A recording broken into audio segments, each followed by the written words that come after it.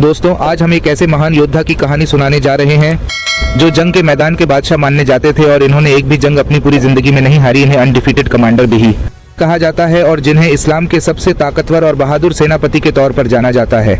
उनका नाम है हजरत खालिद बिन वलीद रज़ी अल्लाह ताला अन्हु, जिन्हें सैफुल्लाह यानी अल्लाह की तलवार का खिताब दिया गया। आज हम जानेंगे कि उन्होंने इस्लाम की हिफाजत के लिए कैसी बेमिसाल बहादुरी और फौजी काबिलियत दिखाई। खालिद बिन वलीद रज़ी अल्लाह ताला अन्हु जन्म मक्का में कुरैश के एक अहम खानदान में हुआ। उनके वालिद वलीद बिन मुगीरा मक्का के सबसे ताकतवर और अमीर लोगों में से थे। खालिद रज़ी अल्लाह ताला अन्हु ने अपनी जवानी में ही तलवारबाजी और घुड़सवारी में महारत हासिल कर ली थी। शुरू में हजरत खालिद बिन वलीद रज़ी अल्लाह ताला अन्हु इस्लाम के खिलाफ थे। उन्होंने उहुद की जंग में मुसलमानों पर एक बड़ी जीत हासिल की। इस जंग में उनकी फौजी तदबीर रणनीति की वजह से मुसलमानों को काफी नुकसान हुआ, मगर कुदरत ने उनके लिए कुछ और ही मुकद्दर तय कर रखा था। उहुद की जंग के बाद खालिद रज़ी अल्लाह ताला अन्हु के दिल में इस्लाम के लिए मोहब्बत जागी और फिर उन्होंने इस्लाम कबूल कर लिया। खालिद बिन वलीद रज़ी अल्लाह ताला अन्हु ने इस्लाम कबूल किया और अपनी पूरी ताकत और जंग का हुनर इस्लाम के लिए वक्फ कर दिया।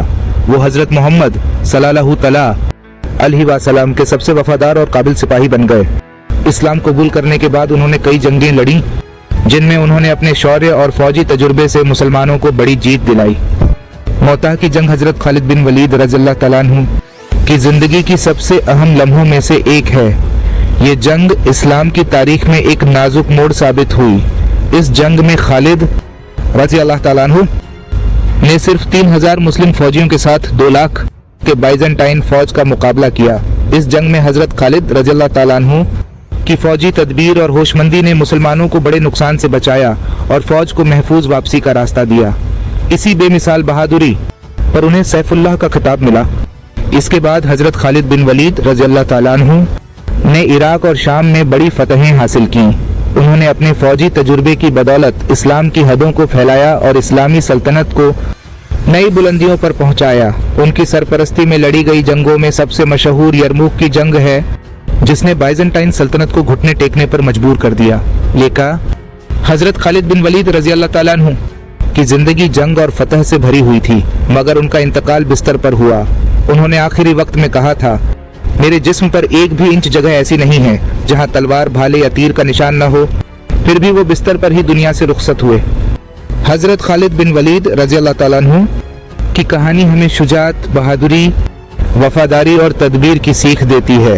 उनका नाम आज भी इस्लामी तारीख में अदब और एहतराम से लिया जाता है। उनकी फौजी तदबीरें और जंग का तजुर्बा आज भी फौजों के लिए एक रहनुमा की हैसियत रखता है। अगर आज भी कोई नाम बहादुरी और ईमान की मिसाल के तौर पर याद किया जाता है तो वो है सैफुल्लाह हजरत खालिद बिन वलीद रज़ी अल्लाह ताला अन्हु। अगर आपको हमारी ये वीडियो पसंद आई हो तो लाइक करें और सब्सक्राइब करें हमारे चैनल को।